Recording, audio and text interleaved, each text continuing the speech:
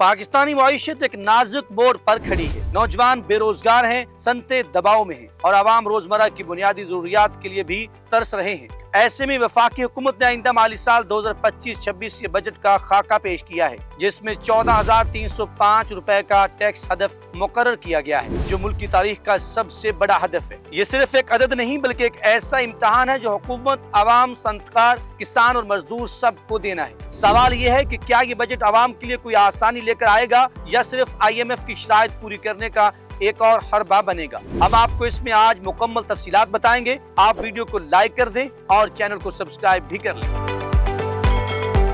नाजरीन, इस बजट में चंद काबिल जिक्र इक़दामात तजवीज़ किए गए हैं, जिनका बराह रास्त असर आम पाकिस्तानी की जिंदगी पर पड़ सकता है। सबसे बड़ी खबर ऑटो इंडस्ट्री से मुतालिक है। तवील अरसे से गाड़ियां और इनके पुर्जाजात भारी टैक्सेस और ड्यूटीज का शिकार रही, जिसकी वजह से गाड़ियां एक आम शहरी की पहुंच से बाहर हो चुकी थी। अब हुकूमत ने तजवीज़ दी है कि गाड़ियों पर आयद 15 से 90% कस्टमर्स ड्यूटी में मरहलावार 20% तक कमी की जाएगी। इसके साथ ही 2% एडिशनल कस्टम ड्यूटी मुकम्मल खत्म करने की तजवीज़ भी दी गई है और 4 से 7% स्लैब में भी बतदरीज कमी का प्लान बनाया गया है। इससे न सिर्फ गाड़ियां सस्ती होने की उम्मीद है बल्कि ऑटो सेक्टर में नई सरमायाकारी, मुलाजमतों के मौके और मकामी पैदावार में इजाफा मुमकिन होगा। यही नहीं, हुकूमत का फोकस बरामदात बढ़ाने पर भी है।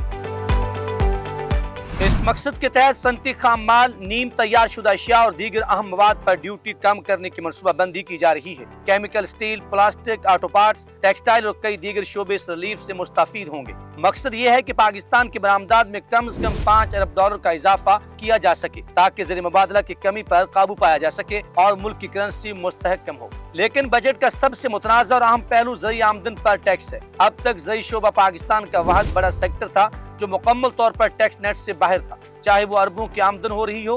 हुकूमत ने फैसला किया कि 1 जुलाई 2025 से ज़री आमदन पर भी टैक्स वसूली शुरू होगी। अगर ये फैसला सिर्फ बड़े जिम्मेदारों, जागीरदारों और इन्वेस्टर्स पर लागू होता है तो ये मुआशी इंसाफ की तरफ एक कदम होगा। लेकिन अगर छोटे किसानों को भी इसकी लपेट में लिया गया तो इसका नतीजा महंगाई, खुराक की किल्लत और दही मुआशरती बेचैनी की सूरत में भी निकल सकता है।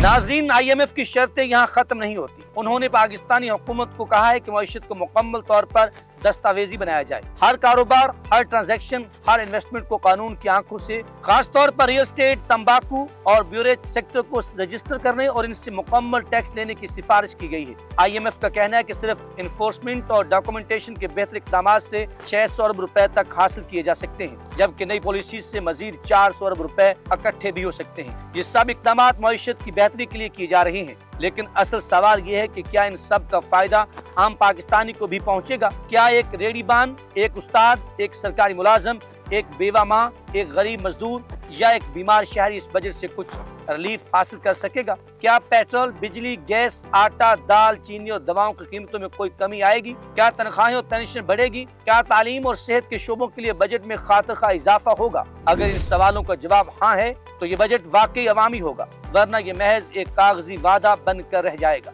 जैसा कि अक्सर माजी में होता आया है।